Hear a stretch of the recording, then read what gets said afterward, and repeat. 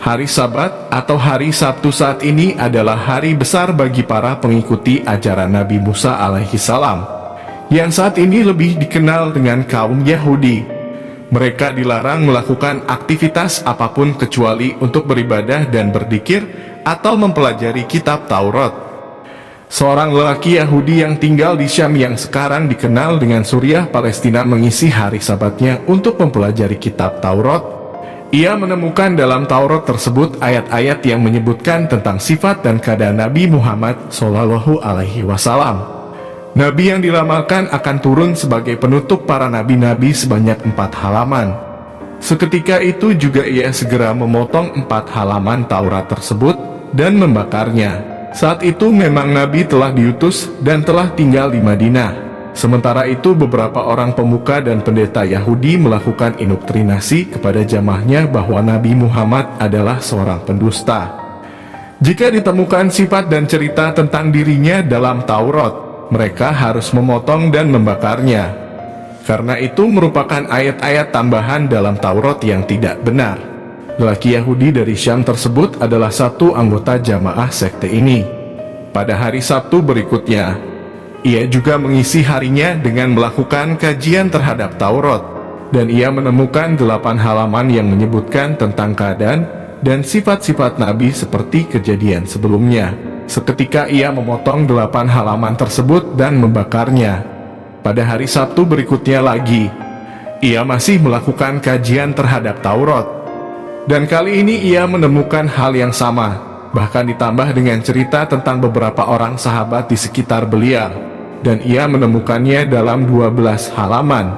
Kali ini ia tidak langsung memotongnya, tetapi ia berpikir dan berkata dalam hatinya, jika aku selalu memotong bagian seperti ini, bisa-bisa Taurat ini seluruhnya akan menyebutkan tentang sifat-sifat dan keadaan Nabi Muhammad Shallallahu Alaihi Wasallam. Inilah cara Allah Subhanahu wa Ta'ala telah menggiring lelaki Yahudi ini kepada hidayahnya, sehingga setiap kali dipotong akan muncul secara ajaib pada halaman lainnya. Lebih banyak dan lebih lengkap tentang keadaan Nabi Muhammad. Tapi 3 kali pengalaman kajiannya tersebut telah memunculkan rasa penasaran dan keingintahuannya yang besar kepada Nabi.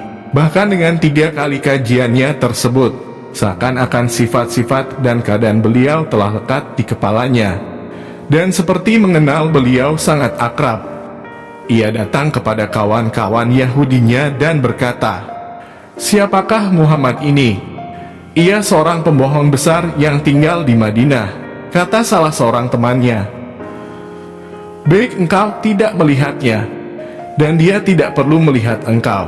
Tetapi lelaki Yahudi yang telah melihat dengan ilmu yakin tentang keadaan Nabi ini, tampaknya tidak mudah begitu saja dipengaruhi teman-temannya. Seakan ada kerinduan menggumpal kepada sosok Muhammad yang belum pernah dikenal dan ditemuinya itu.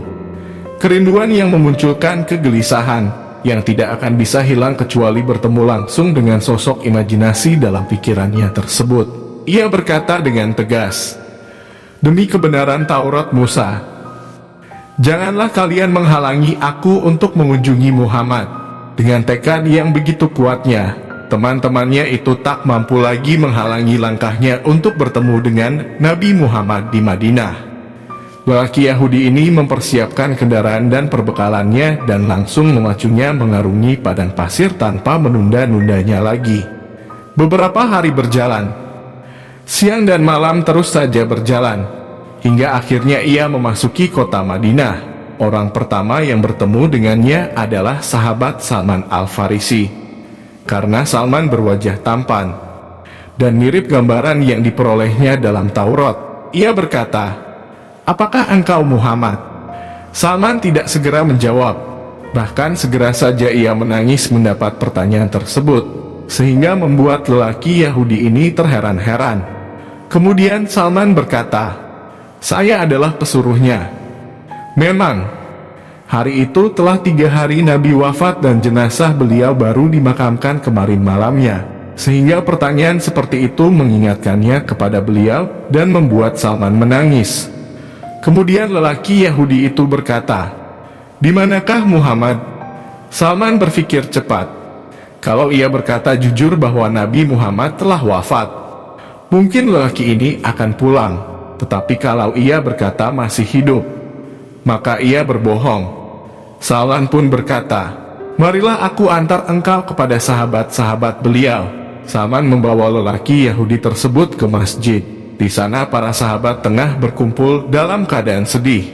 Ketika tiba di pintu masjid, lelaki Yahudi ini berseru agak keras, "Assalamualaikum, ya Muhammad." Ia mengira Nabi ada di antara kumpulan para sahabat tersebut. Tetapi sekali lagi ia melihat reaksi yang mengherankan. Beberapa orang pecah tangisnya.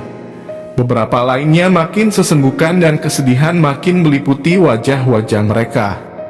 Salah seorang sahabat berkata, "Wahai orang asing, siapakah engkau ini? Sungguh engkau telah memperbaharui luka hati kami. Apakah kamu belum tahu bahwa beliau telah wafat 3 hari yang lalu?" Lelaki Yahudi tersebut menangis terseduh, tenggelam dalam kesedihannya sendiri. Seakan teringat sesuatu, tiba-tiba ia berkata, "Apakah Ali berada di sini, sehingga ia bisa menyebutkan sifat-sifatnya kepadaku?" "Ada," kata Ali bin Abi Thalib sambil mendekat kepada lelaki Yahudi tersebut. "Aku menemukan namamu dalam kitab Taurat bersama Muhammad. Tolong engkau ceritakan padaku ciri-ciri beliau."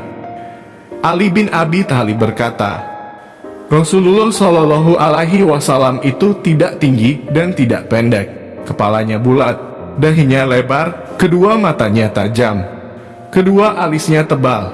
Bila beliau tertawa, keluar cahaya dari sela-sela giginya. Dadanya berbulu, telapak tangannya berisi, telapak kakinya cekung, lebar langkahnya, dan di antara dua belikat beliau ada tanda kenabian." "Engkau benar, wahai Ali," kata lelaki Yahudi tersebut. "Seperti itulah ciri-ciri Nabi Muhammad yang disebutkan dalam kitab Taurat. Apakah masih ada sisa baju beliau sehingga aku bisa menciumnya?" "Masih," kata Ali. Kemudian ia meminta tolong kepada Salman untuk mengambil jubah Rasulullah yang disimpan Fatimah As-Sahah, istrinya dan putri kesayangan Nabi. Salman segera bangkit menuju tempat kediaman Fatimah. Di depan pintu rumahnya, ia mendengar tangisan Hasan dan Husain, cucu kecintaan Rasulullah, sambil mengetuk pintu. Salman berkata, "Saya Salman." Kemudian ia menyebutkan maksud kedatangannya sesuai yang dipesankan oleh Sayyidina Ali. "Siapakah yang akan memakai jubah ayahku?"